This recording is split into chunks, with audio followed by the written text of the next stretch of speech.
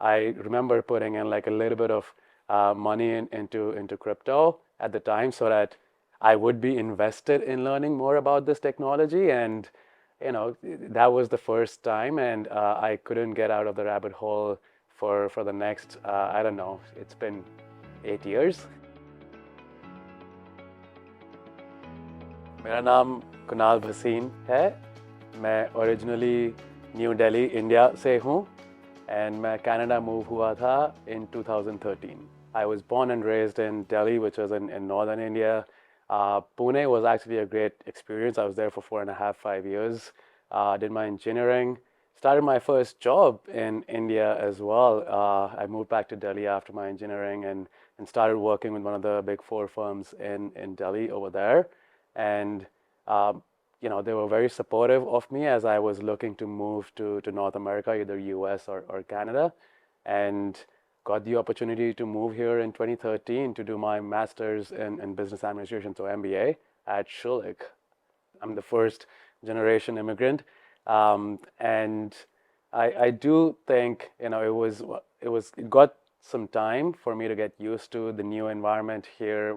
Leaving my family behind and not being able to access them like throughout the day because of the time difference.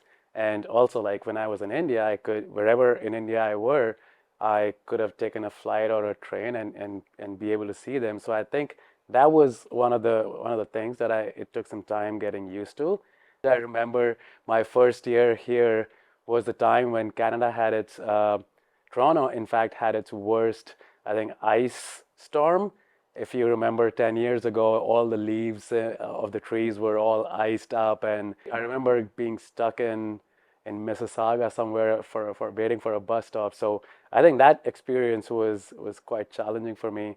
But other than that, I feel like I don't know. I just might be in the right places at the right time. But my transition was quite smooth overall from a schooling standpoint. At Schulich, where I did my MBA, there was a lot of diversity, a lot of people from different parts of the world.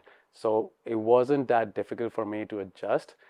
Definitely the type of studies, coming in from an undergrad to a master's degree, and I come from a technology background, so doing that master's and learning a lot about business and finance and trying to combine those two skills was some sort of a challenge for me. But I think I thrive in a challenging environment, and I took it as a very positive for my learning curve and for my professional development.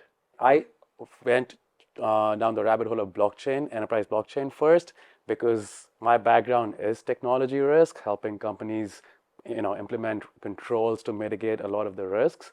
And I firsthand had experience of how much resources and capital companies spend on those controls.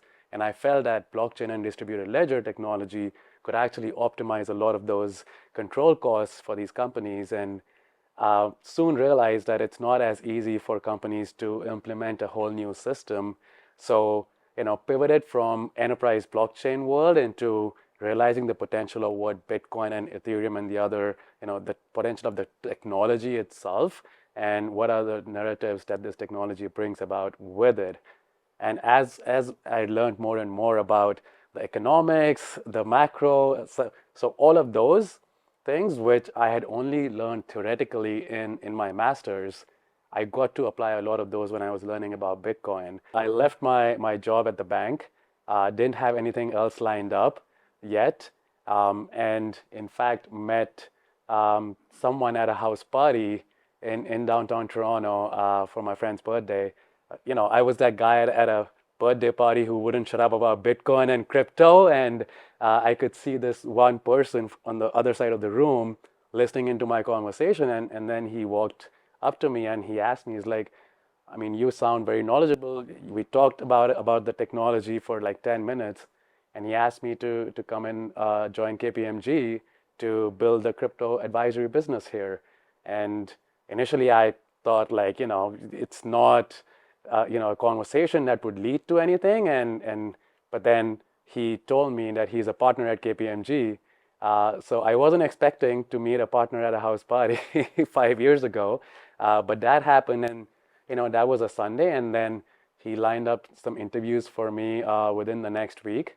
And by the end of the week after the house party, I had an offer in hand to come in and build a crypto advisory business at KPMG. I always say yes to a house party. Yes, you never know who you're going to meet. Like 4 years ago, we had companies, a lot of different companies, multinational companies, pushing on the enterprise blockchain narrative.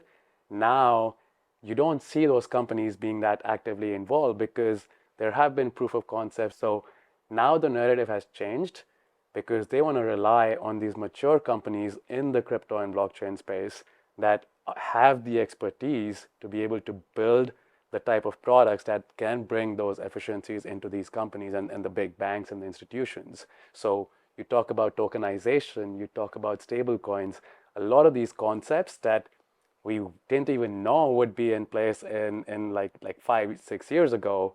Now these concepts are becoming mainstream discussions in these banks. Since joining KPMG like 5 years ago almost, the relationships that I built with startups 5 years ago, they're now, some of them are now my clients because I was part of their journey when their product and their idea was just a PowerPoint deck, and now these are multi-million-dollar revenue generating companies with several rounds of financing, and it's a great feeling to be part of their journey throughout and seeing their vision come to life and also be a part of it in some way, shape, or form. I feel like I have a responsibility to give these people and share my experiences about how I overcame some of the challenges initially and enable them to succeed in whatever they're doing. I have at least 1 or 2 coffees a week with people that have immigrated to Canada. Like, I get reached out on LinkedIn a lot. I may not be able to respond to all the messages, but I do try to give back to the immigrants that are coming to this country and try to lead a successful life. I feel networking is absolutely key to be successful in Canada. You could apply for jobs online. You could apply for a lot of the job forums, but meeting people, telling them why they should hire you, telling them what value you bring to the table, and being able to communicate and articulate that in a proper way, I think is one of the key things that I would tell a lot of the new immigrants in the space. And believing in yourself also enables a lot of that. You may not be the smartest person in the room, right? And there's always room for improvement. There's always room to learn. But believe in that what you're saying or what you're asking is, at the end of the day, add value to the people that you're talking to. Believe in yourself.